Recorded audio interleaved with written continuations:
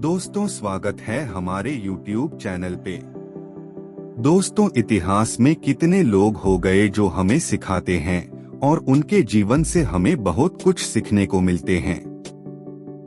कुछ लोग अच्छा करके गए तो और हमें सही सीख दे के गए, कुछ लोग भूल करके गए तो वो भूल हमें नहीं है, वो सीख देते गए।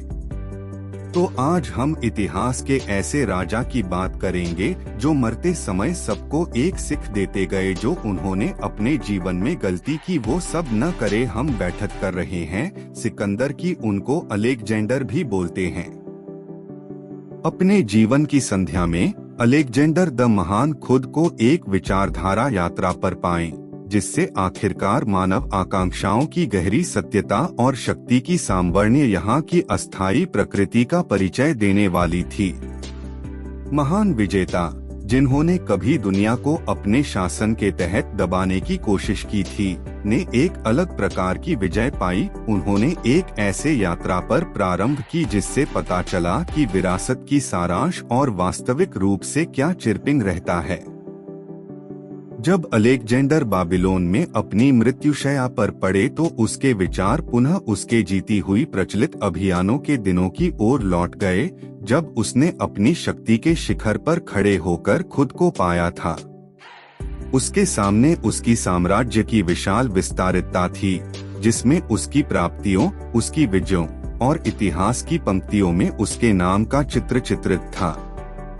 फिर भी जब वह अपने अंदर की ओर देखता है तो उसे एक खाद्य खोखलापन का सामना करना पड़ता है, जो उसकी जुबानी उस समृद्धि से टकराता है जिसे उसने जमा किया था। एक समय की अतुलनीय विजेता जिन्होंने अनगिनत युद्धों और बाधाओं को पार किया था, अब अपने सबसे कठिन प्रतिद्वंद्वी मृत्यु से मुकाबला करते थे। वह बीमारी जिसने उसके शरीर को अच्छी तरह पकड़ लिया था, उस मानव अस्तित्व की भंडारिता का स्पष्ट याद दिलाती थी, एक यथार्थता जो कोई साम्राज्य या विजय नहीं उलझ सकती।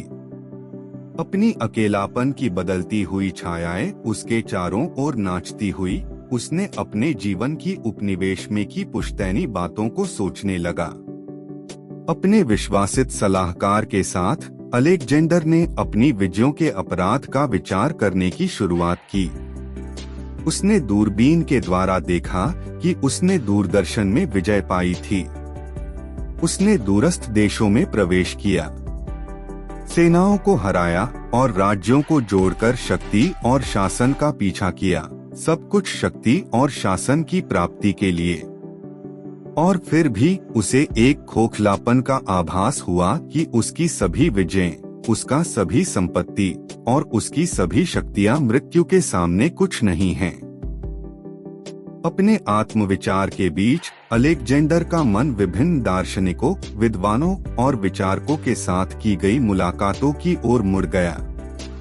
उसने अरस्तु द्वारा दी गई शिक्षाओं को याद किया, जिन्होंने उसमें सीख, प्रेम और ज्ञान का प्रेम डाला था। उसने याद किया कि उसने डियोजेनिस, सन्यासी दार्शनिक के साथ साझा की गई बातचीतें, जिसमें उसने मशहूर कहा की थी, अलेक्जेंडर, तुम दुनिया को जीत रहे हो, लेकिन तुम खुद को नहीं जीत रहे। जैसे जैसे दिन बीते और उसकी ताकत कम हुई, अलेक्जेंडर ने दिमाग और आत्मा के एक विभिन्न प्रकार की विजय की खोज में पूरे तरीके से पलटने का प्रयास किया। मन और आत्मा की विजय की खोज करना। उसने दार्शनिकों और विद्वानों को अपने पास बुलाया, ज्ञान की प्राप्ति के लिए चर्चा करके जीवन की प्रकृति के बारे में विचार किया और वास्तविक रूप से मानव अस्तित्व की महत्वपूर्णता को समझा। उसके आखिरी पलों में जब मृत्यु की गहराइयों का एहसास होता है, अलेक्जेंडर ने एक प्रस्तावना की। उस की शक्तियों और जीतों की प्राप्ति के पराध के बारे में विचार करते समय उसे विचार करने का मौका मिलता है। उसने उदाहरण से साझा किया कि उसने किस तरह से दूरदर्शन के माध्यम से विजय प्राप्त की थी। अपने अंतिम क्षणों में जब मृत्यु का दबाव बढ़ने लगता है, अलेक्जेंडर ने एक गहरा सत्य समझा। उसकी शक्तियों की प्राप्ति और जीतों की प्राप्ति की भावना से उसे एक खाली हाथ से जन्मा था और वह एक खाली हाथ से ही इस दुनिया को छोड़ रहा था। सब कुछ जो मैंने जीता, सब कुछ जो मेरे पास था, सब कुछ जो मैं चाहता था, वे अब कुछ नहीं कहते। अंत में यह वो प्रेम है जो हम देते हैं, ज्ञान हम साझा करते हैं और अच्छाई हम फैलाते हैं, वही वास्तविकता में बना रहता है। और इस प्रकार अलेक्जेंडर द महान, साम्राज्यों का विजेता, एक नई समझ में आ गए। उनकी यात्रा, जिसमें शक्ति की खोज की गई थी, ने एक गहरी मतलब की तलाश में बदल दी थी। जैसे ही दुनिया उनकी मृत्यु की समाचार सुनकर आवाज देती है, उनकी विरासत एक विभिन्न रंग लेती है। केवल एक विजेता की विरासत ही नहीं, बल्कि उनकी आत्मा की विरासत, जिसने विनम्रता, ज्ञान और प्रेम की महत्वपूर्णता को समझने की क्षमता प्राप्त की थी। दोस्तों, सिकंदर ने 75% दुनिया जीत ली थी, पर उनके अंत के समय में उनको अपनी माँ को मिलना था और उन्होंने घोषणा की थी कि मुझे थोड़ा समय ज्यादा दे तो मैं अपनी पूरी दौलत उसे दे दूंगा। पर ऐसा हुआ नहीं। उन्होंने अपने मंत्री से कहा, जब मैं मर जाऊंगा तब मेरे हाथ खुले रखना और मेरे सबको पूरे नगर में घूमना, ताकि सब देख सके कि मेरे पास इतना धन है तो भी खाली हाथ ही जा रहा हूँ। दोस्तों, कोई भी इंसान खाली हाथ आता है और खाली हाथ जाता है, उनके अच्छे बुरे कर्म उसके साथ जाते हैं।